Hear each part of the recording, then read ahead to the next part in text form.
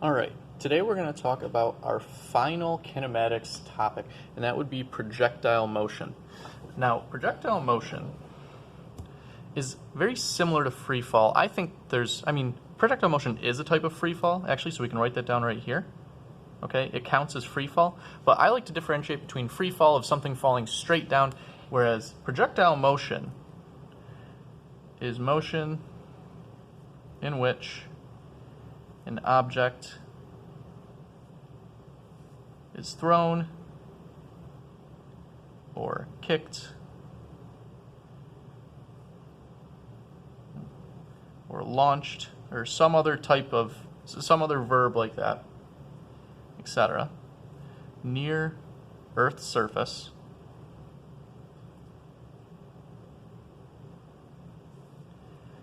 and is only under the influence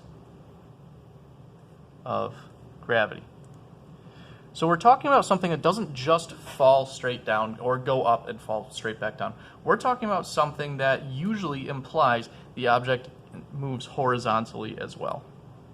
Okay? So we're talking really about two-dimensional motion.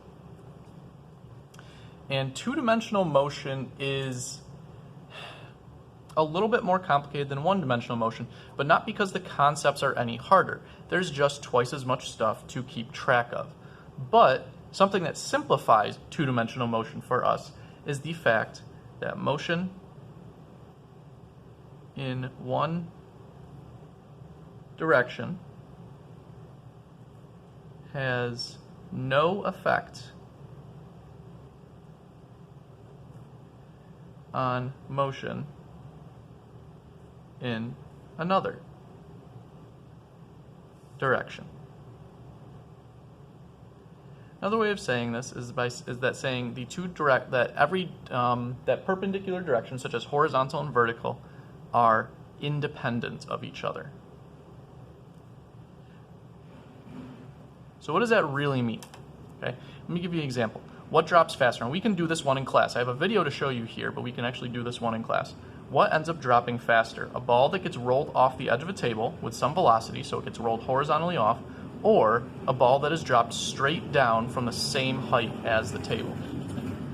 So what I'm going to do is I'm going to show you a little video, and this was actually done by someone at Harvard, and it's a really good demonstration. I want to buy one of these for our own classroom, but I haven't gotten around to it. So we want to know which drops faster. I'm going to play this for you.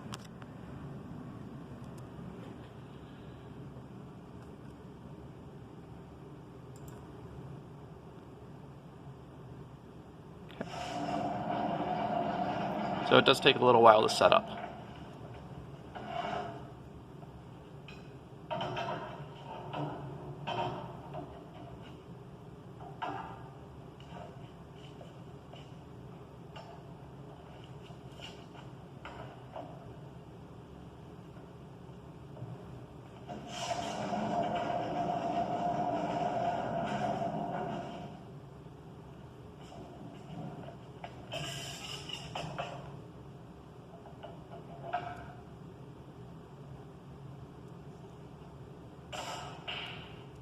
So we're going to have one ball falling straight down, and we're going to have one ball that gets knocked off a ledge and falls to the ground. Both balls will be falling from the same height at approximately the same time.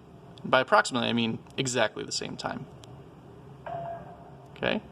So we've got the one ball on the left, we've got another ball on the right. They take the exact same amount of time to fall.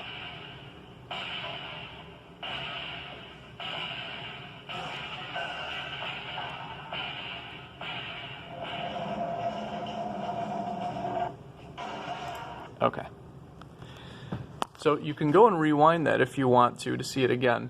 But the point of that video is which one falls quicker. I mean, one's not getting rolled off the table this time, but it's essentially the same thing. One ball gets pushed off of a platform, the other ball gets dropped. So one ball has what we would call horizontal velocity. It's moving side to side as well as down. The other ball just falls straight down. Which one hits the ground first? It turns out that they hit the ground at the exact same time. So what this shows us is that the motion in what we call the y direction, that's the vertical direction, was the same for both objects, even though the motion in the x direction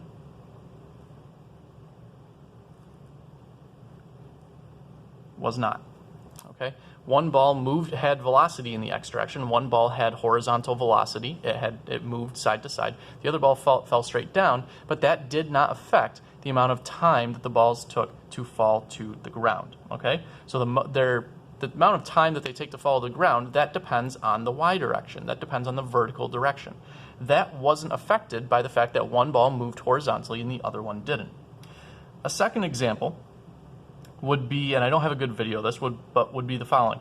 A skateboarder jumps up and over an obstacle while letting the board go under the obstacle and lands back on the board. Okay? If you have someone on a skateboard, and like I said, I wish I had a video of this. If you had someone on a skateboard, what they could do is jump up off of their board, let the board keep moving under them, and when they land again, they'll land right back on the board. What this shows us is that motion in the x direction was the same for both objects, both the person and the skateboard, even though the motion in the y direction was not. The skateboard stayed on the ground, if you can imagine it, and the person jumped up and over whatever the barrier was, okay? Imagine they're jumping up and over one of those like traffic barriers where the skateboard can go underneath, the person can jump up and over. If they do it right, they can land back on the board. The board doesn't stop just because the person jumps forward necessarily. You can do it so that the board and the person still have the same velocity, the same rate of motion in the x direction as they do they have the same rate of motion in the x direction, even though the person jumps up and over the barrier, so the person's going up in the y direction and then down, and the board just stays on the ground. Okay? Motion in one direction does not affect the motion in the other direction.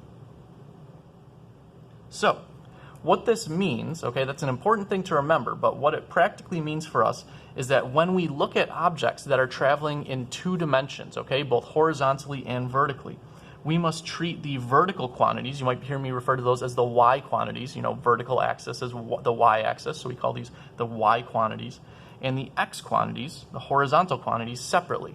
When we write down what we know and what we're looking for, we have to list the x variables and the y variables or quantities completely separately. They don't interact with each other. And matter of fact, we have to use them separately in equations as well. So, this works the best if I just get to some examples, okay? So we'll just get to some examples as quick as we can. Before we do that, though, there are two facts that you need to know and absolutely need to remember, okay? And that would be the acceleration in the x and y directions for projectile motion. Remember, in projectile motion, which is a type of free fall, the only influence on an object is gravity. If that's true, gravity pulls objects downwards. It doesn't have any horizontal impact on them. So the acceleration in the x direction is actually 0 meters per second squared. That's a fact that you have to remember for projectile motion. That should be one of the first things you remember when you notice that you're dealing with a projectile motion question. So what this means is not that the objects don't move in the x direction. It's that whatever their speed in the x direction is at the beginning, they don't change that speed while they're in projectile motion. That's what an acceleration of 0 means. It means that the velocity, the object's speed, does not change in the x direction. On the other hand, in the y direction, the vertical direction, we know that since the objects are under the influence of gravity, gravity makes objects accelerate towards the ground at a rate of 9.81 meters per second squared. Now, depending on the situation, this can be either positive or negative, depending on if you want your direction downward to be either the positive direction or the negative direction. We'll do both, okay? We'll look at examples of both. These two facts are the two most important facts to remember about projectile motion. If you can remember these, you can figure out pretty much anything that you need to, okay? Let's get to our examples. Okay, so we're going to start off easy. We're going to start off this first one with the example of a rock that is thrown horizontally off of a 10-meter tall cliff with a speed of 15 meters per second. We want to find the vertical speed at the ground, the time it takes to reach the ground, and the horizontal distance that it travels. The first step that we're going to take is we're going to make a really quick sketch to help us visualize. So here's our cliff, 10 meters tall. Here's our little object. It's initially launched with a speed of 15 meters per second. And the object's going to go like this. Okay, so it's going to fall towards the ground. Notice that it says include which directions you will consider positive for this problem. This is completely up to you. Now, a lot of times people will want to make the direction of up to be positive, which implies that the direction down is negative. There's nothing wrong with that, okay? But this object is only going to move down. It's going to move to the right, okay, which is fine, but it's also going to move down. There's no upwards motion. It actually makes more sense for us if we consider down to be the positive direction here.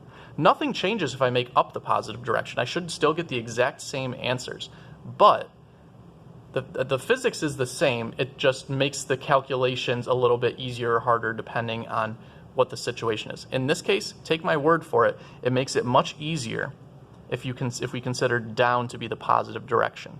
So I'm going to write, this is the positive y direction, that's the positive x direction. This is, excuse me, this is called making an axis, and it's going to be even more important as we move into our next unit. So we've got a quick sketch of what's happening. Now we can write down everything that we know. We're going to keep the x variables separate from the y variables. Then we have these other ones, okay? Other just means these these can kind of influence both x and y, but they're neither x nor y, so we keep them a little bit separate. All right, so what do we know so far? We know that the rock is thrown horizontally off of a 10-meter tall cliff. So that means the distance that it's going to move in the y direction from where it's thrown to the ground is 10 meters. Okay, and actually, let's see, what else were we given? The speed of the object is 15 meters per second. Now you might ask yourself, wait, is that the x direction or the y direction we're talking about? Well, if it's thrown horizontally, x means horizontal. Okay, x is the horizontal direction. So that means that the initial speed is 15, in the x direction, is 15 meters per second. Now, I'm going to fill in the two facts that we talked about already, the accelerations. Every single time you have a projectile motion question, in the x direction, the acceleration is 0 meters per second squared, and in the y direction, the acceleration is 9.81 meters per second squared. Okay? Just that alone can give us some more information. If the acceleration is 0, then that means that the speed in the x direction cannot change, because the acceleration in the x direction is 0. So that implies that the final speed in the x direction is going to be the same as the initial speed in the x direction. The speed can't change if there's no acceleration. So since the object started with an initial speed in the x direction of 15 meters per second, it's going to end with a speed of 15 meters per second as well. Okay, the speed does not change. Technically, I should be saying the velocity doesn't change, really. All right. Things that we're looking for, vertical speed at the ground, that would be VFX. I know these are really tiny, or excuse me, VFY. So I wrote VF in the y direction. The y just tells us the y direction. We don't know the final speed, or the final velocity in the y direction at the ground, so I'm just going to put a question mark there. I don't know the horizontal distance traveled yet, so I'm going to put a question mark there. And I don't know the time to reach the ground, so I'm going to put a question mark there. We can actually fill in the other two. The initial velocity in the y direction, if something is thrown horizontally, that means it's not moving up or down initially. It doesn't have any vertical velocity. So the initial vertical velocity is actually going to be 0 because it was thrown horizontally. Initially, it's not moving up or down. Now, once it starts falling, of course it's moving up or down. Okay, now it's starting to move down, but initially there is no vertical velocity. This angle here will be more important on other problems, so we don't really need it here, but this technically was launched at an angle of 0 degrees from the horizontal. So we're going to write 0 degrees because it was a horizontal launch. When you get a projectile motion question, especially one where you know you're going to have to calculate stuff, it is really important to, first of all, just write down what you know. Because if you write down what you know, you're going to be much more comfortable picking an equation and solving. Step 3 is to use the kinematics equations, all the ones that you know so far, to solve for whatever you are looking for. We're going to substitute in with units, otherwise you're going to lose points, And make sure, the most important thing is do not mix up x and y variables. That means if you write an equation, it can only contain x variables or only contain y variables. Other can go in either equation, okay? So if you have an equation that has all x variables, you can have some of the other stuff. If you have an equation with all y variables, it can have other stuff. But you should never have an equation that has an x variable and a y variable in it together. That doesn't work, okay? It's not good. If you do, you will not get the right answer. That's why it is crucially important to make sure to list your variables and separate them out into x's and y's. So let's look at the first one, vertical speed at the ground. We're looking for the final velocity or final speed in the y direction. We don't know that, but we do know the acceleration, the initial velocity, and the distance in the y direction that it travels. So because I know those, I don't know the time, so that actually makes my job easier because it eliminates any equation that has time in it. I look through my reference tables and I say, okay, that has time, time, aha. This equation right here does not have time in it, so since I don't know the time, this seems like it'll be useful. We're looking for VF, we know VI, we know A, and we know D in the y direction. So what I'm going to write down is exactly that equation. I'm going to throw in little sub y's here just to remind us that we are using the y variables. You can if you want, but you do not have to, but it definitely helps. And now I'm going to plug in. I'm looking for V final in the y direction, that's squared. V initial in the y direction, we wrote down, is 0 because it was launched horizontally, which means no initial vertical velocity. So that's 0. 2 times AY, the acceleration in the y direction, is positive 9.81 meters per second squared. We say it's positive because we said that downwards was going to be the positive y direction. If I had made upwards the positive direction, I would have needed to put a negative here and a negative here because the object is falling 10 meters. And if this is the positive direction and it falls 10 meters, that would be negative 10, the distance traveled. And the acceleration would be negative. I would get the exact same answers, but I would just have to plug in slightly different numbers. The actual answers themselves would be exactly the same. In any case, 9.81 meters per second squared times 10 meters. Now I just have to solve for VFY. So I multiply everything over here. 2 times 9.81 times 10 is 196.2, and I need to take the square root of that. Don't forget about that square root. This tells me that the final velocity in the y direction is 14.01 meters per second. Notice that this equation only contained y variables, okay? Only y's. I didn't use any of the x variables. So I'm going to write that in over here, 14.01 meters per second. Time to reach the ground. Okay? We saw before that the x direction does not really influence how much time it takes something to reach the ground. So that's our clue that to find the time, almost in every single occasion, we're going to use the y variables again. Now we know the distance in the y direction, the initial y velocity, the final y velocity, the acceleration in the y direction, and we're just solving for the time. Since time is in the other category, we can use it in the y equations. We can actually do one of two things. We can use either this equation because we know VF, VI, and A, or we can use this equation because we know D, VI, and A. I'm going to use the simpler of the two equations. VFY equals VIY plus AYT. The initial velocity in the y direction is 0. The final velocity we just found, 14.01 meters per second squared, or no, excuse me, just meters per second. I don't know what I'm doing that for. And the acceleration in the y direction is 9.81 meters per second squared times the time. To solve, we simply divide 14.01 by 9.81, and we get the time as being 1.43 seconds. Just to prove I could have used the other equation, dy equals VIYT plus 1/2 AYT squared. The initial velocity in the y direction is 0, so this entire term cancels out. I know that it's falling 10 meters equals 1/2 times 9.81 meters per second squared times t squared. Remember, t is squared in this equation. I multiply 1/2 times 9.81 4.905. I'm going to divide that to the other side, so 10 divided by 4.905, and then I take the square root, and I get 1.43 seconds. See, it works out to be exactly the same. The last thing, now that I know the time is 1.43 seconds, I can now find the distance in the x direction. That actually we couldn't have found before because we didn't know the time, and let me show you why. Okay? When we're looking for the horizontal distance traveled, notice that the acceleration in the x direction is 0.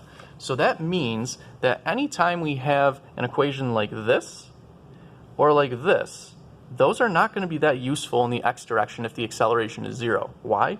Because if I plug in 0 here, this entire term goes away, and I already know that the initial speed and the final speed are the same as each other. So that's true, it's just not useful to me. Same with this equation. If I plug in 0 for the acceleration here, all I get is Vf equals Vi. That's true, but it's not useful to me. Look at this equation right here. D equals Vit plus 1/2 At squared. Okay? Dx equals Vix plus 1/2 Ax t squared. Even if I say that the acceleration in the x direction is 0 here, just like we set up here, I'm still left with this. Dx equals Vix times the time. I have numbers for both of those. I know Vix is 15 meters per second. I know the time is 1.43 seconds. Before I found the time, I wouldn't have been able to solve this equation. I needed the time in order to do this. So usually horizontal speed is the very last thing, or horizontal distance is the last thing you're going to find. 15 meters per second times 1.43 seconds. This object would travel 21.45 meters in the air while you throw it. Okay? Notice again that I only used x variables in this equation. I also used time, but time is in the other category. Okay? And also notice something, that what this equation boiled down to, once I said that the acceleration was 0, and I was trying to find the distance, look at what this boils down to. If I divide t over to the other side, I get the speed in the x direction is just equal to the distance in the x direction multiplied by the time.